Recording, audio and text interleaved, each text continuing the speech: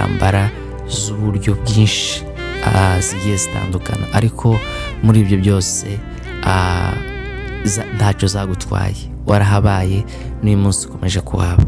Hari benshi tuzi ko tuzarangizanya uno mwaka, hari benshi twawutangijanye tuzi ko tuzawurangizanya uyu mwaka wa 2026, inshuti, abavandimwe, ariko uyu munsi ibo ntibagejeje aya magingo bakiriho, ariko ubu uracariho. Urashobora gutekereza ese wewe kuba ukiriho wayi wewe uyu munsi wa none ukiriho, kandi inshuti zawe abuzi mwatangijanye batawusoje, batagiye gusoza uno mwaka muri kumwe. Actually nibyo nahoze ntekereza, ndagatereka inze kore kino kiganiro cyangwa se nkore aya magambo tubashe gutekereza, tuvuge se kuba tutwarasigaye wowe kuba warasigaye naje ndasigara, niki tukwiriye kwitaho cyane. ndavuga ati rero tugomba gushimira Imana mu buryo bukomeye cyane kuba yarakurinze ikandinda, ikakurindira umuryango, ikandindira umuryango. Ndumva tutakwererana amashimwe, ndumva atari ikintu cyo kugundirirwa, tugomba kukivuga abana tukakivuga kabisa, kubera ko hari intambara nyinshi cyane zabayeho zari zikwiriye kuguhitana mu buryo bumwe cyangwa se ubundi. Uhanurire uyu mwaka, uvuge uyu mwaka funguye amarembo yose imigisha ku buzima bwanje, funguye amarembo yose imigisha ku muryango wanje, funguye amarembo yose imigisha ku nshuti zanje, kubanyifuriza ibyiza, kubonifuriza ibyiza bose. Reka amarembo y'imigisha yuguruke ku buzima bwawe. Uraho neza abadukurikirana kuri Mutware Bienvenue, nizere ko mumeze neza cyane aho mwerereye mwese.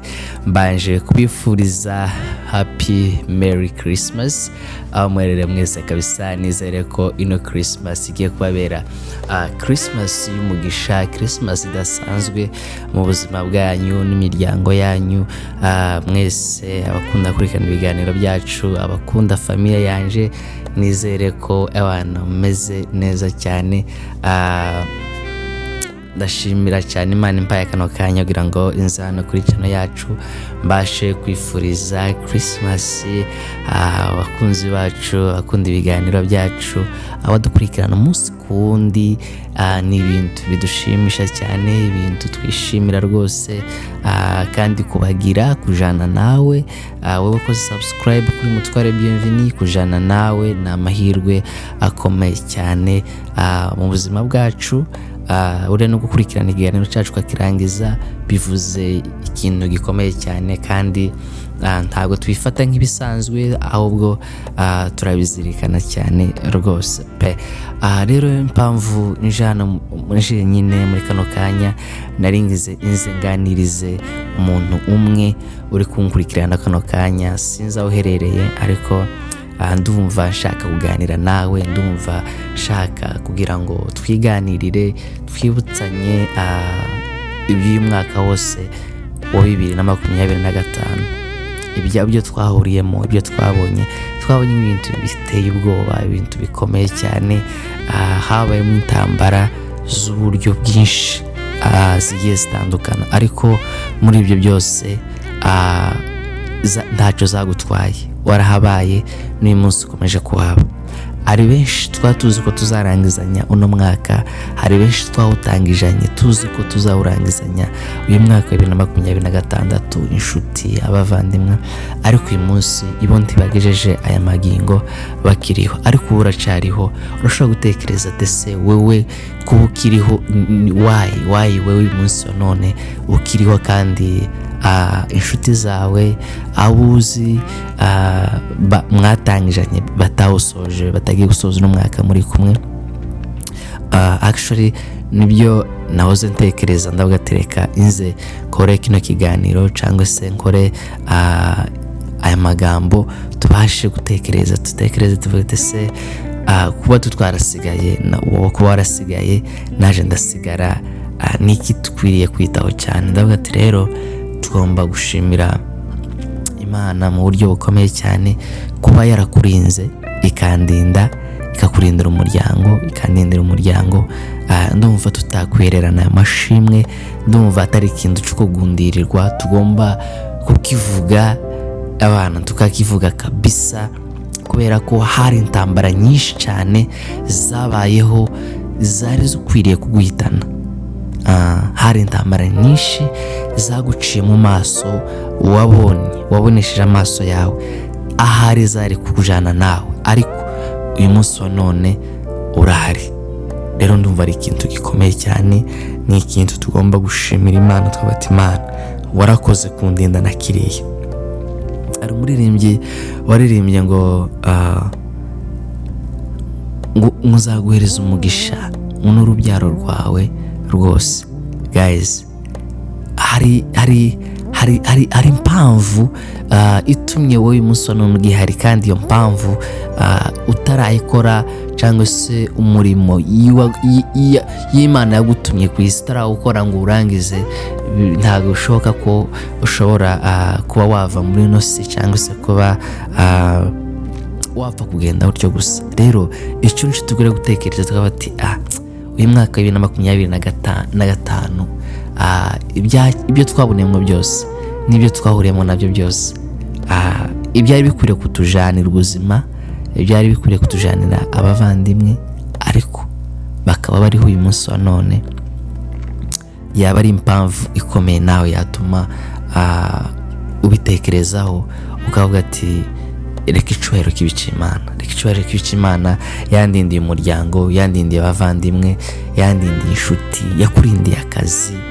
Urumva hari abantu bamaze umwaka wose ashaka akazi yarakabuze, nawe umaze umwaka wose uri mu kazi kawe hahandi ku murongo, nubwo bitaba byoroshe, ariko Imana ikakurindira. Hari benshi baciye amaso yawe, baje barakora mu gihe gitoya baragenda atari kuba impamvu zabo, urumva, bakagusiga.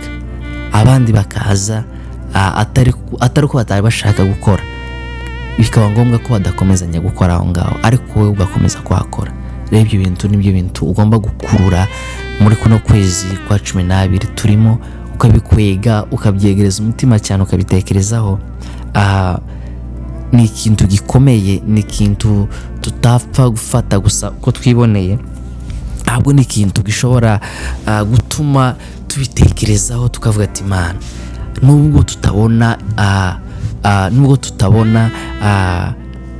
nubwo tutabonesha amaso ibyo uri gukora, ariko ntabwo urahagarika gukora umunsi ku wundi. Imirimo yawe igaragarira amaso y'abantu. Ari igihe ushobora kuba warasenze isengesho rikomeye cyane, cyangwa se ufite ikibazo kikugoye mu buryo bukomeye cyane, ukabaza ati se kino kintu niki kizagikemura, bizagenda gute, niki nakora ko nasenze amasengesho yose y'uburyo bugiye butandukana, ariko nkaba ndarabona igisubizo nyaco cy'icyo nasengeye. Kuki jewe navukiye muri buno buzima nkaba aribwo nakuriyemo, why ntabona change? Ariko ndagira ngo nkumenyeshe ko uyu munsi wa none, nubwo bimeze gutyo, ariko iyo ntabwo irahagarika gukora. N'uyu munsi hari umuntu ufite ishimwe yaramaranye imyaka, ariko uyu munsi wa none ryakemutse. Even if you don't see, but God, you never stop working. Even right now you are working. So in this year 2025, we have so many reasons to come here and then say thank you Lord for what was done. God has done a lot in our life. Imana yakoze ibikomeye ku buzima bwacu, Imana yakoze ibikomeye ku buzima bwawe, byatuma wishimira ukavuga ati Imana, muri uyu mwaka wa 2025 wankoreye ibikomeye, umutima wanjye urishimye, warinze famiye yanje, warinze umuryango wanje, warinze inshuti zanje. Ibyari bikwiriye kuduhitana, ibyari kuduhitana barabiturinze.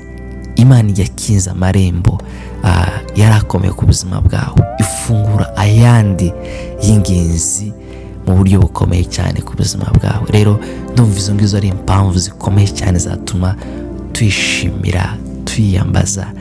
Noneho muri uno mwaka tugiye kwijamo 2026, zana aya mashimwe yose n'ibyo wabonye byari bikomeye muri uyu mwaka, ubizana ubikwege, ubwire ibyo winjirana muri uno mwaka wa 2026. Tuvuge reka uyu mwaka tukabe nk'indi myaka yose maze ku isi cyangwa se nabonye, aba ari umwaka w'impinduka, aba ari umwaka wo guhindura ubuzima bwawe mu buryo bumwe cyangwa se ubundi. Uhanurire uyu mwaka uvuge uyu mwaka funguye amarembo yose y'imigisha ku buzima bwanje, funguye amarembo yose y'imigisha ku muryango wanje, funguye amarembo yose y'imigisha ku nshuti zanje, ku banyifuriza ibyiza, kubonifuriza ibyiza bose. Reka amarembo y'imigisha yuguruke ku buzima bwabo. Reka iryo ngiryo ribe isengesho twinjirana muri uno mwaka wa 2025. Uvuge ati Mana, ibitaragenze neza 2025 muri 2026 bizagende neza. Reka ibyari imisozi ubona imbere yawe tukayinjirana muri 2026 uyikureho, kubera ko Imana irashoboye kandi iri ku ntebe y'imbabazi. Nta kintu na kimwe waba warakoze cyatuma cyagutandukanya n'Imana yawe, cyangwa se cyatuma Imana ivuga ati wowe genda ntabwo ukwiriye cyangwa se ntabwo ushobotse. N'uyu munsi wa none ufashe undi mwanzuro ukavuga ati Mana, ndaje uko ndi, uranzi, niwe wandemye, ndemye mu bushake bwawe. Ahari narakoze amahitamo mabi, ariko uyu munsi wa none ndigaruye, shaka kugendera mu bushake bwawe, shaka kugendera mu buntu bwawe, shaka kugendera mu byo wowe wifuza ko ngewe ngenderamo. Ndemeye umutima wanje wemeye kukugandukira, ndaguhamiza neza, ndakubwiza ukuri 100% yuko Imana iri tayari kujana nawe muri uno mwaka 2026. Ibyakunaniye 2025 Imana izagushoboza muri uno mwaka 2026. ahubwo icyo usabwa gusa ni ukuza ukaba hambo.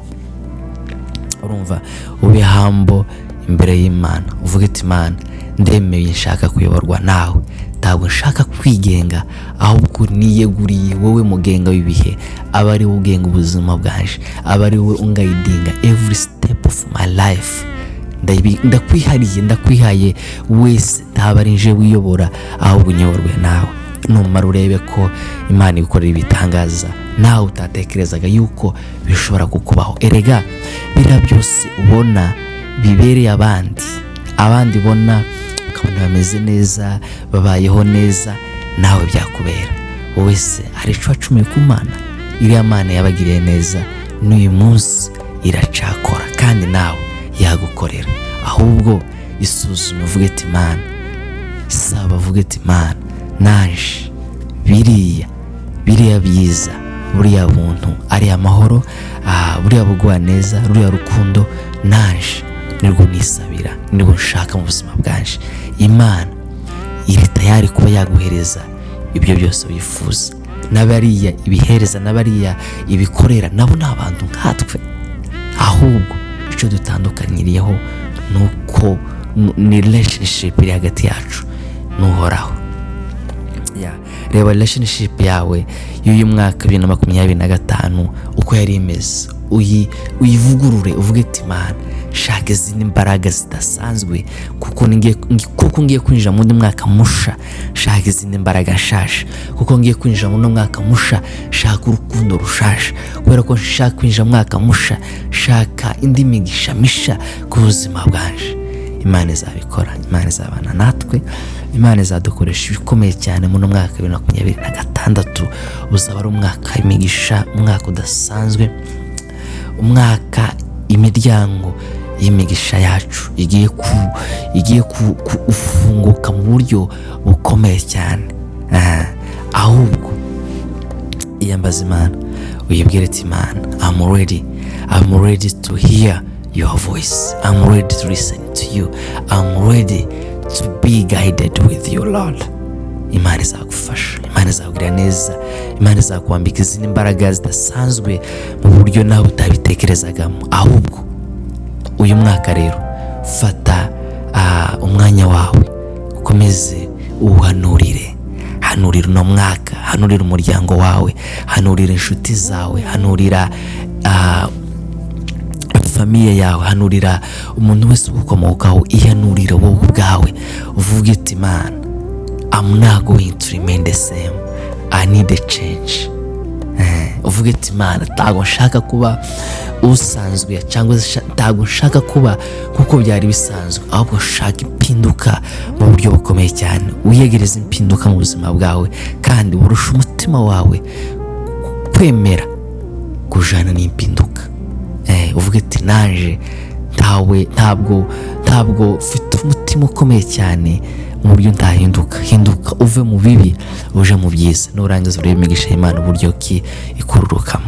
Rero kangushimire wowe ufashe umwanya wawe ukabasha gukurikirana kino kiganiro, tubasha gukorera kuri Mutware Bienvenue. Ndagushimiye cyane je n'umuryango wanje, ndabiteganya ko tuzaza hano turi batatu, je na famille yanje. Twifurize abantu bose umwaka mwiza, umwaka w'imbabazi, umwaka w'imigisha, umwaka w'urukundo, umwaka udasanzwe ku buzima bwacu.